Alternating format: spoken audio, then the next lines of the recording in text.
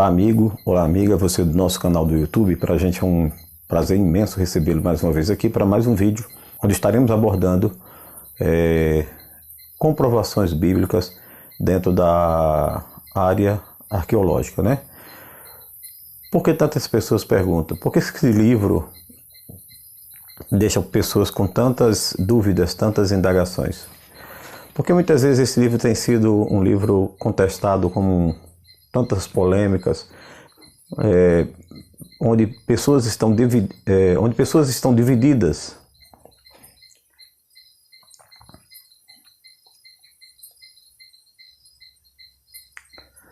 Porque esse livro, porque a Bíblia Sagrada muitas vezes tem trazido tanta divergência em meio aos seres humanos. Alguns acreditam, outros não acreditam. Uns dizem que as histórias aqui contidas são apenas contos de fada, quando na realidade isso aqui é a palavra de Deus. Ela é real, ela foi aplicada no passado, ela está sendo aplicada no presente e, claro, nos trará revelações para o futuro.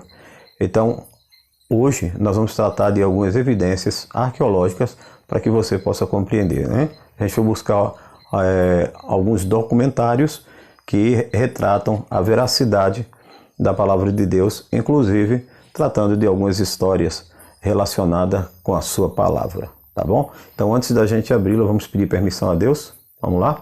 Então, estou aqui com a minha, já abri, e para que isso, para que a palavra de Deus torne-se clara para a sua mente, para a minha mente, precisamos que o Espírito Santo nos conduza e nos guie. Vamos orar? Feche os seus olhos. Maravilhoso Deus, eterno Pai, Senhor Jesus que estás nos céus. Queremos, nesse momento, retratar as evidências bíblicas, as verdades bíblicas, e sabemos que aqui é a Tua palavra, aqui foi a mensagem escrita para toda a raça humana, para os últimos tempos dessa história desse mundo em que vivemos. Que essa história possa ser retratada de forma muito verdadeira, que essa história possa fazer com que entendamos que aqui é a grande carta de amor revelada por Cristo para nos salvar, e é nela que se contém a essência da vida. É de Jesus que vamos aprender, e é das suas lindas histórias, dos grandes exemplos que o seu povo, quando esteve aqui neste mundo, puderam desfrutar de momentos tão oportunos e de experiências tão maravilhosas vividas ao lado do nosso Deus. Que possamos fazer com que essas histórias nos alimentem espiritualmente, nos fortaleçam espiritualmente, e que cresçamos pela Tua graça e Tua misericórdia, fazendo assim com que a Tua palavra se propague nesta era em que vivemos, e que muitas pessoas creiam que a Tua palavra é a verdade, porque sabemos que unicamente a Tua palavra é a verdade que liberta o ser humano. Por isso nós te pedimos nesse momento a unção do Teu Santo Espírito, por Jesus. Amém. Bom, é muito bom estar com você aqui no nosso programa, né, mais uma vez, para que possamos juntos estudar mais do amor e da palavra de Deus. Mais de um terço dos habitantes da Terra acreditam na Bíblia Sagrada. No passado, inclusive, muitos deram a sua vida para ter o privilégio de ver nas suas páginas e obedecer às suas orientações e instruções. Por outro lado, amados, durante centenas de anos, outras pessoas, simplesmente levaram a Bíblia ao desprezo e à cadeira da escuridão, pretendendo assim que ela ficasse lá presa para sempre. Objeto de tanta controvérsia, este livro tem levado muitas pessoas a se indagarem: seria de fato a Bíblia a palavra de Deus? As suas histórias nela contidas, parecendo fantasiosas, seriam verdades ou mitos? Nós vamos aprender hoje, junto comigo, algumas evidências dentro da arqueologia que nos leva de fato a pensar com seriedade sobre a Bíblia Sagrada, esse livro. Então, se alimente da palavra de Deus. Sente aí onde você está na sua casa, não importa se está no sofá, na sala, onde quer que você esteja, se alimente. Porque nossa primeira viagem é na Turquia, um lugar, um país onde não é muito conhecido, onde há décadas atrás foi encontrado um formato de navio que intrigou a muitos. A relação deste navio parecia ser estreita com a história bem conhecida na Bíblia, chamada a história da Arca de Noé. Possivelmente você já deve ter ouvido falar dessa história de um velho senhor que recebeu de Deus as instruções para construir um grande navio para salvar aqueles que quisessem salvar-se do dilúvio universal. Durante 120 anos, Noé pregou tentando convencer as pessoas para que entrassem naquele grande barco construído por ele. E segundo a palavra de Deus, segundo a história bíblica, chegou o tempo e apenas 8 pessoas decidiram entrar na arca, que foi Noé e sua família. O restante ficaram zombando durante 7 dias, quando foram surpreendidos por um grande dilúvio de água que vinha de baixo e de cima, e a água subiu de tal maneira que os cumes das montanhas mais altas do planeta foram cobertos, e apenas restaram Noé, sua família e os animais a qual Deus indicou que ele deveria separar casal de 2 por 2. Fim da história, as águas secaram e a arca pousou sobre as montanhas do Ararat. Este é o relato bíblico. Durante décadas, muitos têm buscado os restos da famosa Arca de Noé no monte da Turquia, que leva esse nome, né? O nome Ararat. Porém, o Ararat é um monte de neves eterno, que a cada 500 anos esse monte se renova e nada até hoje foi encontrado. Porém, uma coisa que você precisa saber, que recentes descobertas despertaram e intrigaram a questão do tema, né? E foi no ano de 1959, um oficial turco fotografou essa estranha formação que a gente está olhando, que estamos te apresentando, semelhante a um barco do Ararat. Muitos acreditaram que o barco teria pousado no Monte Ararat, mas a Bíblia diz montanhas de Ararat, né? No Gênesis, no capítulo 8, verso 4, você pode conferir, está escrito que a arca repousou no 7º mês, no dia 17 do mês, sobre os montes de Ararat. Em 1960, a revista Life Magazine colocou uma reportagem com o título Arca de Noé encontrada. Foi feita uma pesquisa, inclusive, no local, e pouco depois se afirmou, então, que a formação era apenas fruto do acaso da natureza. O barco fotografado ali estava localizado apenas poucas milhas ao sul do famoso Monte Ararat. Então, dentro das cadeias do Ararat, e tinha coincidência em relação ao relato bíblico. Tal fato levou que a questão fosse novamente levantada para a pesquisa, quando o pesquisador americano Hal White resolveu visitar a área em 1987 com a visita do arqueólogo amador, né? E ele usou um aparato tecnológico disponível. A dimensão dos barcos são 300 cúbicos egípcios de comprimento, 50 de largura. O Gênesis foi escrito por Moisés, né? Que viveu no Egito e que possivelmente usou essas medidas. A medida é coincidente com o relato que está escrito na Bíblia. Faze para ti uma arca da madeira de golfe, farás compartimentos na arca e a betumarás por dentro e por fora com betume. E desta maneira a farás, de 300 côvados o comprimento da arca e de 50 côvados a sua largura e de 30 côvados a sua altura. E as proximidades do barco encontraram pedras armênias antigas contendo inscrições cartográficas. E nelas se vê 8 cruzes, indicando que houveram 8 sobreviventes do evento ligado ao barco. O arqueólogo, inclusive, ele indica uma cruz maior, corresponde ao chefe da família, né? A cruz ao lado corresponde à sua esposa. As cruzes menores à sua direita correspondem aos homens da família, enquanto as da esquerda correspondem às mulheres. Pai, mãe, 3 filhos e 3 mulheres. 8 pessoas ao total. Isso nos mostra claramente, coincide com o relato bíblico escrito por Moisés. No mesmo dia entrou Noé, Sem, Cã e Jafé, os filhos de Noé, como também a mulher de Noé e as 3 mulheres dos seus filhos com ele na arca. Gênesis 7, capítulo 13. Os quais em outro tempo foram rebeldes, quando a longanimidade de Deus esperava nos dias de Noé, enquanto se preparava a arca, na qual poucas pessoas, isto é, apenas 8 almas, se salvaram pela água. 1 Pedro, capítulo 3, verso 20. Os trabalhos de investigação de Ron White foram facilitados quando, em 1978, um terremoto ocorrido ali naquela região deixou expostas as balizas, tipo costelas de um barco, que gerou uma fenda central, que possibilitou a retirada de amostras da madeira interior. Após ser retirado um pedaço dessa madeira, verificou-se que a madeira era laminada. Via-se claramente na imagem, como você está vendo, 3 lâminas unidas com perfeição. Também se viu que a madeira não tem anéis, mostrando que não havia estações chuvosas e secas naquela época. Como explicar isso? Para que você possa entender, quando cortamos uma árvore hoje, por exemplo, facilmente nós notamos formações de anéis no seu interior, não é verdade? E eles são formados por quê? Porque existem períodos de chuva e períodos de seca. No período chuvoso, a árvore tende a crescer mais. No período de seca, ela tende a crescer menos.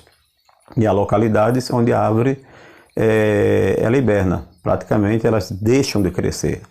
Assim, por essas diferenças de velocidade de crescimento, os anéis são formados. Você entendeu?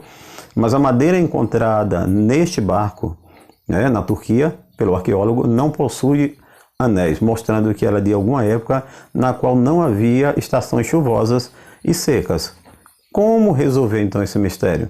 Mais uma vez, a Bíblia se apresenta como aquela que tem a resposta, não é verdade? Você pode conferir em Gênesis, no capítulo 2, verso 5, está escrito o seguinte: toda a planta do campo ainda não estava na terra, e toda a erva do campo ainda não brotava, porque ainda o Senhor Deus não tinha feito chover sobre a terra, e não havia homem para lavrar a terra. Um vapor, porém, subia da terra e regava toda a face da terra. Segundo a palavra de Deus, segundo a Bíblia, não chovia até os dias do dilúvio. O orvalho subia da terra a fim de que ela fosse regada e umedecida. Isso explicaria o fato pela qual a madeira encontrada naquele barco não teria aqueles anéis. E por outro lado, seria uma prova científica de que, de fato, aquele barco foi construído com madeira antediluviana, antes do dilúvio, quero dizer, não é isso? Ron White ele avançou na sua pesquisa, trazendo agora aparelhos a fim de obter resultados mais acurados. E essas descobertas foram impressionantes. Sabe por quê? Foi feito um trabalho de levantamento da estrutura interna com aparelhos normalmente utilizados para identificar nódulos de câncer e achar tesouros submarinos. Foram colocadas marcas no chão indicando formações conforme o aparelho indicava, né? E como resultado desse levantamento, pode-se levantar a estrutura interna do barco, incluindo as suas repartições, né? O resultado foi descobrir um imenso barco sobre a plantação e a terra, né? Com diversas repartições, semelhante de fato àquilo que a Bíblia relata. E em 1987, o governo turco resolveu reconhecer finalmente a descoberta da Arca de Noé. Em 1987, também neste ano, o governo finalmente reconheceu o achado como sendo a Arca de Noé. E isso ficou registrado. Separou e dedicou então aquela região ali em torno para se converter-se no espaço turístico que pudesse ser visitado pelas pessoas. Ali inclusive foi construído um restaurante de tal maneira que até o dia de hoje aqueles que se interessam visitar essa região podem ali tomar sua refeição com vista para a Arca de Noé. O objeto tão controvertido entre criacionistas, né, e evolucionistas, digo criacionista porque creem que foi Deus que criou todas as coisas, né? Evolucionista, aqueles que dizem que o homem veio da evolução. Para que você entenda. Então, o objeto, a Arca de Noé, que era controverso entre ambos os dois lados, os dois partidos, parece definir então a questão de fato. Deus um dia trouxe o dilúvio à terra. E tal como ele disse, a Arca de Noé, ela preservou os seus sobreviventes. Você, eu e todas as pessoas da terra de hoje somos de uma só família, descendentes de Noé e seus filhos. Dessas 8 pessoas que sobreviveram. Sabe por quê? Porque isso mostra que, de fato, a Bíblia não é apenas um livro didático, um livro dinâmico. Aquilo que parecia ser fantasioso foi provado como verdade. E a Bíblia diz, sabendo primeiramente isto, que nenhuma profecia da Escritura é de particular interpretação humana. Porque a profecia nunca foi produzida por vontade de homem algum. mas os homens santos de Deus falaram inspirado pelo poder do Espírito Santo. Embora contendo relatos difíceis de muitas pessoas acreditarem e crerem, a primeira leitura, a Bíblia, alega ser a própria palavra de Deus. Aquela que conta a história como realmente ocorreu, como realmente foi, aquela que não omite fatos, aquela que expõe os homens como eles são, e isto com um propósito: salvar. E falando em salvação, é isso? Nós vemos registros também arqueológicos de outro evento bem interessante, contando um grande livramento que Deus operou dessa vez em favor do povo de Israel. Quando este povo era escravo lá no Egito. A história conta, né, que após Deus derramar 10 pragas de Faraó, que com tirania queria manter o povo de Deus na opressão, finalmente Deus vai lá e retira o seu povo do Egito e com mão poderosa e misericordiosa mostrou-se ali no meio do deserto até a praia de Pi-Hairote. Então falou o Senhor a Moisés dizendo: fala aos filhos de Israel que voltem e acampem diante de Pi-Hairote, diante de Baal-Zefu. Em frente dele assentareis o campo junto ao mar. Então Faraó dirá dos filhos de Israel: estão embaraçados na terra, no deserto os encerrou. E eu endurecerei o coração de Faraó para que os persiga, e sereis glorificado, e Faraó e todo o seu exército. Então Faraó mandou com que seu exército fosse ao encalço do povo de Deus, aos israelitas. 600 dos seus carros, inclusive com oficiais escolhidos, ali estavam para buscar trazer de volta os escravos considerados como fugitivos. Ao os aproximarem-se, então, os egípcios, considerando o povo de Israel sua presa, o povo de Israel encheu-se de temor. Parecia estar sem escapatória. A praia, que deixava-os de frente ao mar, não dava escapatória para que eles pudessem fugir. Era exatamente o final de um desfiladeiro de montanhas do lado. E como escapar? Então disse o Senhor para Moisés: por que clamas a mim? Dize simplesmente aos filhos de Israel que marchem, e tu levanta o teu cajado e estende a tua mão sobre o mar e fende-o, para que os filhos de Israel passem pelo meio do mar em seco. E eis que endurecerei o coração dos egípcios para que entrem atrás deles, e eu serei glorificado em Faraó e em todo o seu exército, e nos seus carros, e nos cavaleiros, e os egípcios saberão que eu sou o Senhor, quando for glorificado em Faraó, e nos seus carros, e nos seus cavaleiros. Amigos, no verso 21 diz: então Moisés estendeu a sua mão sobre o mar, e o Senhor fez retirar o mar com forte vento oriental toda aquela noite, e o mar tornou-se seco, e as águas foram partidas. E os filhos de Israel entraram pelo meio do mar em seco, e as águas lhe foram como um muro à sua direita e muro à sua esquerda. Você percebeu? E os egípcios agora os seguiram e entraram atrás dele, todos os cavalos de Faraó, com seus carros e seus cavaleiros, até o meio do mar. E aconteceu que na vigília daquela manhã, o Senhor, na coluna de fogo e de nuvem, viu o campo dos egípcios, e alvoroçou o campo dos egípcios, e tirou-lhe as rodas de seu carro, e lhe fez andar dificultosamente. Então disseram os egípcios: fujamos da face de Israel, porque o Senhor por ele peleja contra nós os egípcios. E disse o Senhor a Moisés: estende a tua mão mais uma vez sobre o mar, para que as águas tornem sobre os egípcios, sobre os seus carros e sobre os seus cavaleiros. Então Moisés obedece a Deus, estendeu sua mão sobre o mar, e o mar retomou a sua força ao amanhecer, e os egípcios fugiram ao seu encontro. E o Senhor derribou os egípcios no meio do mar, porque as águas cobriram os carros e os cavaleiros e todo o exército de Faraó que os haviam seguido ali no mar. Nem ainda sequer um deles sobreviveu, ficou. Verso 31, e viu Israel a grande mão que o Senhor mostrara aos egípcios, e temeu o povo ao Senhor, e creu no Senhor e em Moisés, o seu servo. O maravilhoso fato pode ser comprovado pela ciência há poucos anos atrás.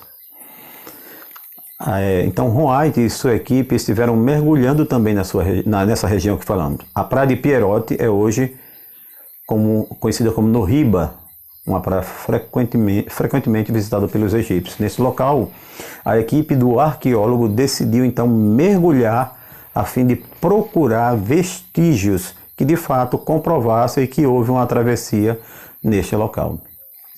Os mergulhadores viram rodas de carruagens egípcias, hoje já cobertas por corais. E essas rodas, segundo a avaliação feita, são de uma dinastia anterior a 1000 anos antes de Cristo. E o que mais isso impressiona? Encontrou-se ali, certo? Um formato em ouro que contornava as rodas egípcias naquela época. As investigações conseguiram continuar do outro lado, chamado de Golfo de Acta. E ali também foram encontrados vestígios de carruagens egípcias. Não apenas isso, também vestígios de ossos humanos foram encontrados, como você pode ver, inclusive, esse cerrado em meio ao coral. Ron White, então, e sua equipe também encontraram alguns monumentos, cada um de um outro lado da passagem, datado da dinastia do rei Salomão de Israel, os quais teriam sido colocados ali por esse rei em comemoração ao grande livramento que Deus operou em seu favor. E uma vez passado Moisés no Mar Vermelho, os israelitas se dirigiram a Mara, segundo o relato bíblico, e em seguida vieram a Eli. E havia ali 12 fontes de águas e 70 palmeiras, e ali se acamparam junto àquelas águas. Êxodo 15, verso 27, você pode conferir, pode ser ainda visto no Google, o local de Eli, tá certo? Em meio ao deserto ainda existe ali uma grande concentração, inclusive de palmeiras. Hoje não são 70, mas vê que é um conjunto delas ali. Ainda hoje, o que chama a atenção é que até hoje existe 12 fontes de água naquele local. A Bíblia relata que os filhos de Israel saíram de Eli e veio então ao deserto de Sim. E dali chegaram até Refidim, onde não havia água para o povo saciar sua sede. Tendo então, pois ali o povo sede de água, o povo começa agora a murmurar contra Moisés e diz: por que nos fizeste subir do Egito para nos mastar de sede a nós e aos nossos filhos e ao nosso gado? E clamou Moisés ao Senhor, dizendo: que farei a este povo? Daqui a pouco me apedrejarão.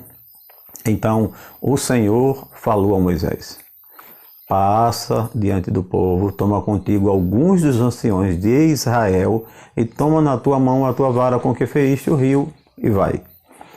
Eis que eu estarei ali diante de ti sobre a rocha, em Horebe, e tu ferirás a rocha, e dela sairão água, e o povo saciará a sede, o povo beberá. E Moisés assim o fez diante dos olhos dos anciãos de Israel.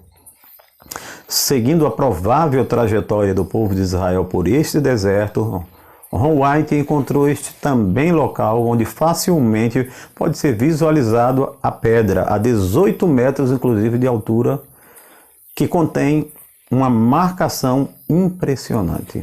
Como podemos observar, como você pode ver, a rocha parece ter sido fendida e há marcas de que um grande volume de água por ali passou.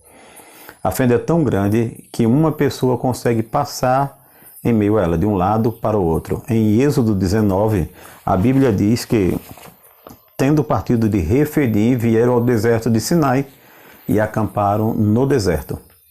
Israel, pois, ali acampou-se defronte o monte. Verso 2. Ali Deus prometeu encontrar-se com seu povo depois de 3 dias de preparação. No momento marcado, Moisés levou o povo fora do arraial ao encontro de Deus e puseram-se ao pé do monte. E todo o monte Sinai fumegava, porque o Senhor descera sobre ele em fogo, e a sua fumaça subia como fumaça de um forno. E todo o monte tremia grandemente. Êxodo 19, 17 e 18. Não distante então do local onde a rocha foi ferida, o monte Sinai pode ser visualizado. É nítido a diferença entre ele e os demais. Por quê? Porque até hoje o seu cume encontra-se enegrecido. Como você pode ver aí, a rocha foi queimada com intensidade. E neste local, segundo a palavra de Deus, segundo a Bíblia, Deus se assentou em fogo. E dali, com voz de trovão, transmitiu ao povo de Israel a sua santa lei, os 10 mandamentos, né? Chamado de concerto de Deus com os homens da terra. Amigo, eu não sei quanto a você, mas quando eu vi pela primeira vez nessa imagem, esse monte queimado, algo, sabe, me mexeu por dentro.